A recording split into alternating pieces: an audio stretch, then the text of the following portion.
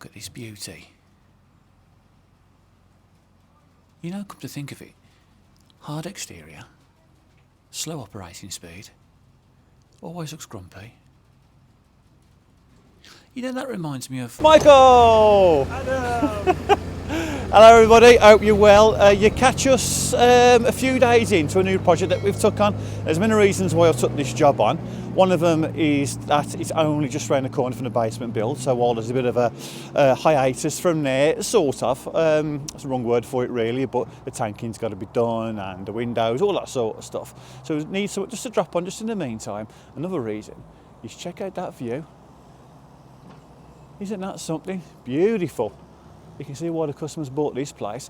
And what they have bought is, well, I'll show you in a second actually, but if you stay around to the end of the video, you can be the proud owner of this. I'll talk you through the contents of this box and it can be yours. It's going to be on eBay and it is going for, on auction, but it's sort of 50 quid, brand new. This is 400. And if you buy it, all money, all proceeds goes to a little fundraising thing we're doing for the Birmingham Children's Hospital that we've said in other videos. So then, let's talk you through what this job actually entails and we'll get you up to speed. The existing house is a beautifully situated bungalow and it's going to have two separate extensions to it. It's not a wraparound. You've got one going on this face, on the gable. It's just one big room. The width of the house coming out 4 point something metres, I can't quite remember, top of my head now. No steels going into it or anything, it's just one of the windows is going to become the doorway into what will be one big bedroom, hipped roof. It's going to be beautiful. Now go around the side of the house, it starts getting a bit more involved. Now it's a bit jaggedy, jigsaw puzzly sided kind of dimensions to it, so I won't go into it now, won't really mean anything to anybody. I might as well just show you once it's all dug out, which will be at the end of this episode. Needless to say, it's going to look a lot different to what it does now, and it's all nice brickwork. Yeah, it's going to look fantastic. But speaking of looking fantastic, one of the reasons, if not the reason, why you'd buy this house is check out this view, and you can see it from nearly every room of the house. And the house is sat up a bit as well, so you can see all that. It's beautiful, beautiful. What a beautiful place to live. So then, right, we will now show you where we're up to and get you up to speed. Right then, well, this bit is done, nearly. It's not 100% complete. I've still got to find the bottom of the actual footings and dig under a few 100mm, so when our concrete goes in, it flows under the house. That's on every corner that will be exposed going round. There's no point doing that now. I might as well wait until the entire job is dug out and the inspector is booked, then go around and tidy everything up. Whilst we're waiting for him to arrive. There's going to be a little bit of a collapse here and there. It's inevitable. There's no point really in keeping on top of it.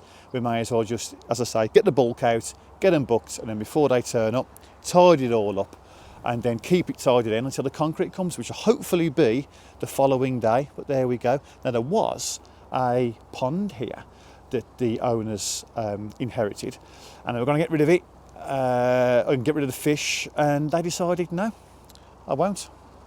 I'll relocate it, and they have done a beautiful job of it. Look at that. Ain't that something? And I thought there were about 30 fish to fish out and get over here. And I think they stopped counting at 120. But they've got a beautiful new home, but I still can't enjoy that view from down there though, can they? Look at that. And believe it or not, it is June. The Euros are starting this weekend, so that's where we are calendar wise, but it is, there's no two ways about it, freezing cold, and I don't exaggerate. So right, we'll get some music on then and we'll get some more digging out done.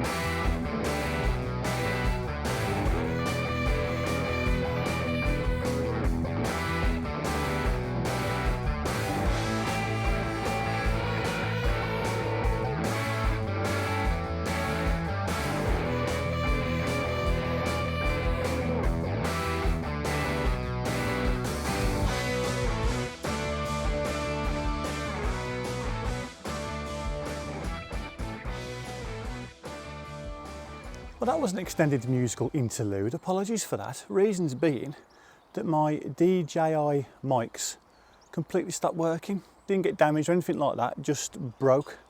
So I had to get them changed. That's a fine time to go back to Argus and get them changed, which they did. No questions asked. It took a couple of days just to get there. Anyway, first world problems. We move on. We've cracked on. In the meantime, I have just got to sort out a little bit of an issue. I say issue, a little bit of a puzzle down there. I can't really explain it because I don't know what I'm doing up to yet. So I'm going to work it all out, get up out of the ground, get over it, and then I will walk you around and I'll show you what we've been up to. Right then, I think it's about time that we told you what exactly we're doing and what we're up to. It's been a bit of an awkward one to set out this. It's a bit bitty, as you can see from there. I'll go around in a second. It's all dog legs and ins and outs and whatnot, and the height changes there and there. So we've had to sort of just take our time and get that bit right. Whereas I found it quite difficult is this bit here. We've got all that concrete that comes through to that level, and that stops there. Then it drops down a completely random level because we just wanted it under that pipe, so this pipe doesn't get concreted in, which it isn't. So we just come up to the bottom of it and then we just stopped. That height, it's not gauged, not nothing, it's just where it is. We try to get it as flat and level as possible afterwards, but it is what it is. It then steps up now to this level and it carries on all the way around, and then that level is 375mm lower than that one. So these two are working together. That one is just random. It's caused a bit of a headache in terms of getting round that pipe, which is by pure sod's law, is straight through the corner of it. But it's all lintled over and around, and it's all nice and it's all solid. So we'll put some pea graph around that and backfill it. So we're all good in that respect. But we just needed to make sure that we were bringing that up level. So when that course, that top course there runs through, it runs through level at the top of that brick over there. So there's no horrible discrepancies when we start to come across and then, and it's running halfway up that concrete bank there. We don't want that. And then it goes up there and across there. And that is basically, it's took a little bit of a time just to get it right, just get it perfect. And it is now. We can run that in and we can run this in both sides. Everything's a-okay in that respect. Moving on. I've mentioned the concrete. I will talk to you in a second about what the concrete company did while they were here, and you can make your own decision as to whether or not you would hire them after you find out what that was. So we've come round, and as you can see, it dog legs round, and I'll show you right round the far side in a second. But I just wanted to show you that the customer wants only wants engineering bricks up to that height, just out the ground, which is obviously perfect. It's not an issue at all.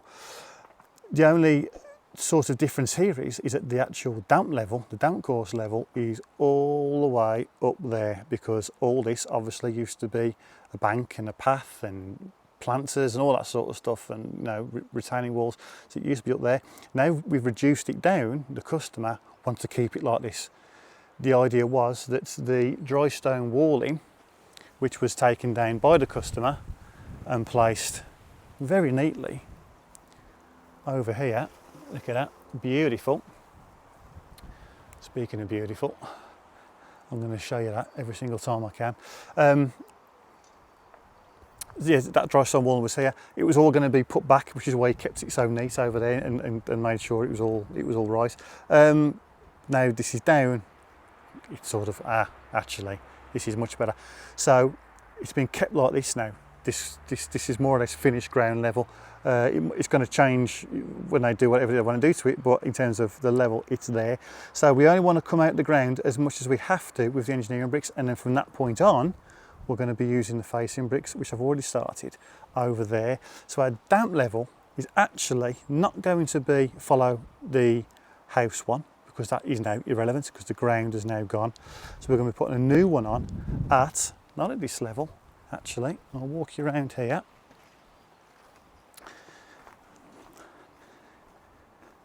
Our damp level I'm going to put at this level here, and these are the facing bricks. They're F2 class, so there's no problem with them being where they are. I could have done it all, but I always like to come out the ground in engineers, and the customer agreed, so that's why we've done the way it is. But F2, I do believe you can use below, but it's not something I would ever do unless I really had to.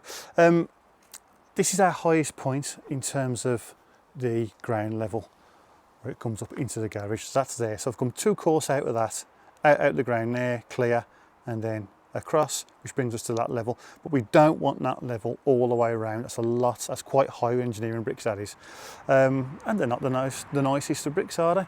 So we're going to step it down. We're going to keep that, rack that back there. I'm not going to square it off or anything like that. It'll look horrendous. So just rack that back. So from that point on, that is our level now, our new damp level, but that will now be facing bricks all the way around, which is up to level, which is there. So there we go. Yeah, so what I was just going to just start blasting it and just start going for it now. However, I remember I've got to back that up, and if I build any higher, I ain't going to be able to do it. So one of our jobs tomorrow is to break that concrete out, and then which gives a bit more room, clean it all out, and then back that up with the blocks, get that out the ground, and then we'll go from there. So it's got to be careful for such a wide open, expansive site. The building is actually quite tight because how it is, it's not adding a lot to the actual house as such, but it will do once all that's gone and it's all been reconfigured inside. It make a massive difference. Obviously the extension on the back, that's what normal jobs have consisted of by itself, and this is obviously a lot more than that. So yeah, it's going to be suspended floor.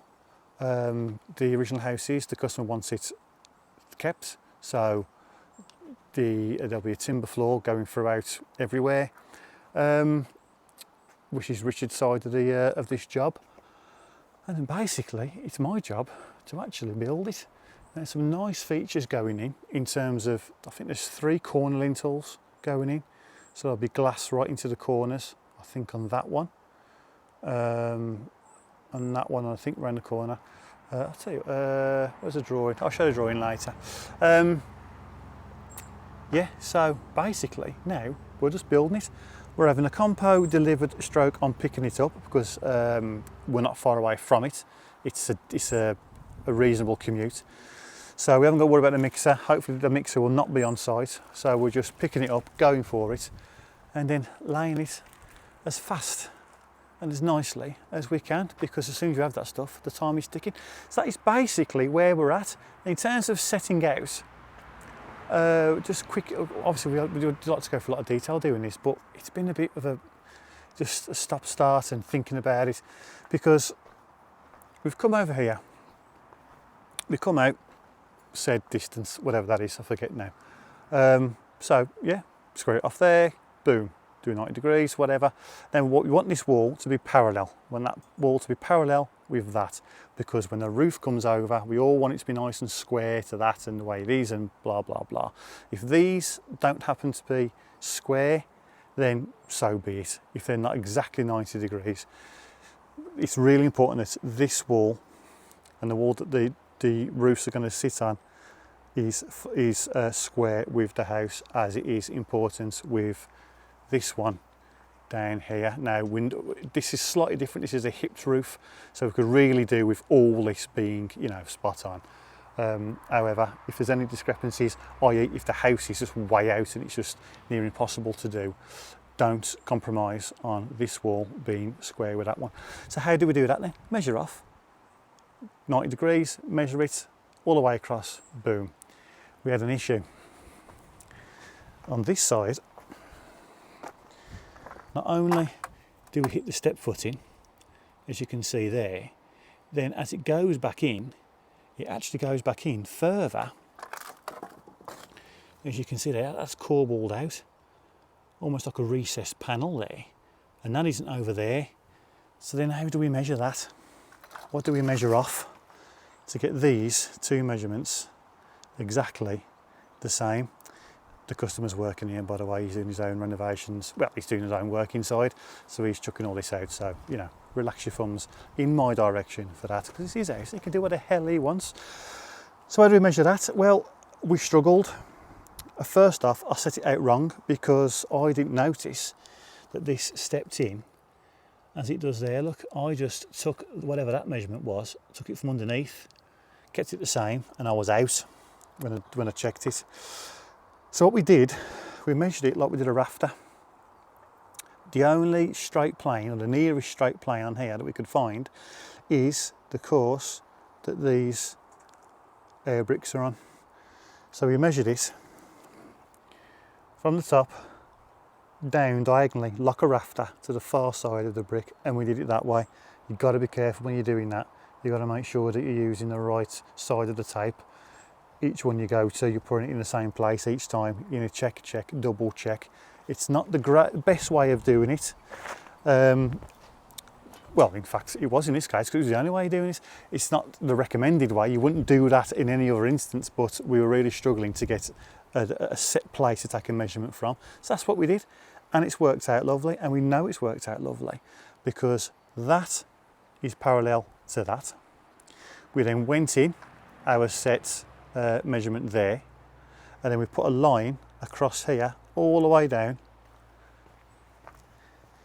to this point, in line with that wall coming down here, and then whatever measurement that was, it's 564 or something, we put this 564, and then we put a brick there, and then we worked that, and then that's it. We left that there. Then we then walked round here, and then we came to the point where this wall is nice and straight. So we paralleled off this normally, as you would, got this wall in at the set distance. We then 90 degreed that with my square, and it worked out beautifully back into the house. We then 90 degreed that, and it worked beautifully 90 degree to that. So it's all got to be parallel. If that wasn't parallel with that, it wouldn't have worked out the way it has round here. So there we go. Check, double check, and there you go. Right then, that was a bit of talking. That's made up for the lack of it, if that's what you wanted. So there we go. We'll have a bit of a tidy up now, get ourselves off, and tomorrow's a new day.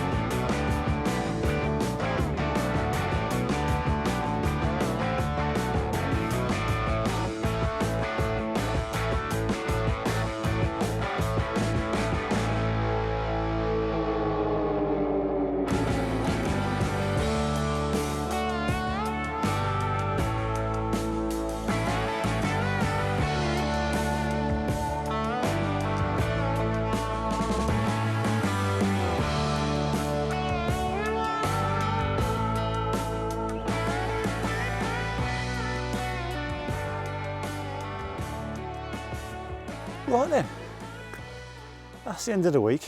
In fact, this is a Saturday morning. I'll just come and finish off some compo. I know I've covered it all up for what I hope will be a complete waste of time, but you never know, I'm not here for a few days. So if it rains, I don't want it to damage it. So I've just covered it up. I just came through this morning. It's National Bring Your Son to Work Day. Don't know if you knew about that. There he is. I had some compo left over. As I say, we're getting it delivered. So it's got to be used. I'm not wasting, I'm not throwing it away. I couldn't get a chance to finish it all up yesterday, Friday, so I just came in today and just got this little bit in. That's our damp level now. It's one higher than I was talking to before, because once we've got the blocks in, we're going to start putting the wall ties in at that level, and been a brick down, sorry, to that. It didn't work, did it, with the old full tie, so we've took it up one because we've still got a load to play with. So yeah, one more course on, and now we're all set now for next week, just to run this in, beautiful running in sesh, and then put a damp on, and then away we go, and we'll go into a lot more detail about that in next week's episode. I just want to show you, without filming too much of the customer's garden, I just want to show you what they've provided us here. Check that out, that's all ours. Little area, have a little drinking, kettle and whatnot. First aid, to keep a few of you happy. Don't worry, it's all here. Nice going. Yeah, isn't that nice? A little bit of shelter. Beautiful. Right then, let's quickly talk about what is for sale, and all money is going to the Children's Hospital. Right then, a little bit of a disjointed episode. I apologise for that. Microphones broke. I couldn't do any real talking. Didn't want to use the microphones on the phone. I just thought I'd do it slightly different, but there we go. From next week, we are back on track. Now then, for those of you who watch the channel, you will know that a few weeks ago, we were sent and I reviewed the sewer camera. And in that review, I said how this thing, the locator for the pipe, was a bit toffee and dog toffee and, you know, not great. Well, here it is. Right, never been used properly, as some of you pointed out. It all needs tuning in and it needs proper, you know, bit of know-how to use it and whatnot. That's fair enough, right? But there it is in its entirety as it was sent to me. Now then, this on its own, it has been pointed out to me via the comments, is £400, just over £400 on Amazon, right? Saniplace pipe locator. I'll put a link to that particular link, the Amazon thing, on the screen now and in the description. 50 quid. That is going on eBay on an auction, 50 quid, and it is on there now. I'll press go on it the moment this video went live. So if you want this, and if you think that it isn't complete dog toffee, and you think you've got a use for it, and you can get it for considerably less than £400 asking price, and it's brand new, you can have it for, as I say, starting off at 50 quid. Here is Plaster Extraordinaire. Say hello. Hello, everybody. So the link to the eBay page is on in the description to this video. Go on there. Every single penny that it makes will go to the kids at Birmingham Children's Hospital at the end of the year at the fundraising thing that we've gone through a few times on this channel. And that is about it. I don't know how much postage to put on it. Sorry, I'll pay free postage. To the UK mainland only, free postage, I'll sort it. If you're further afield than that, fair play for watching, and I don't know why I said that, but unfortunately you'll have to cough up for your postage. But all the money that you spend on this thing, as I say, will go to the kids. Dr. Who's turned up, fair play to him. Bit warm for a scarf though, but there we go. So right then, I hope you enjoyed that, and until next week, take care.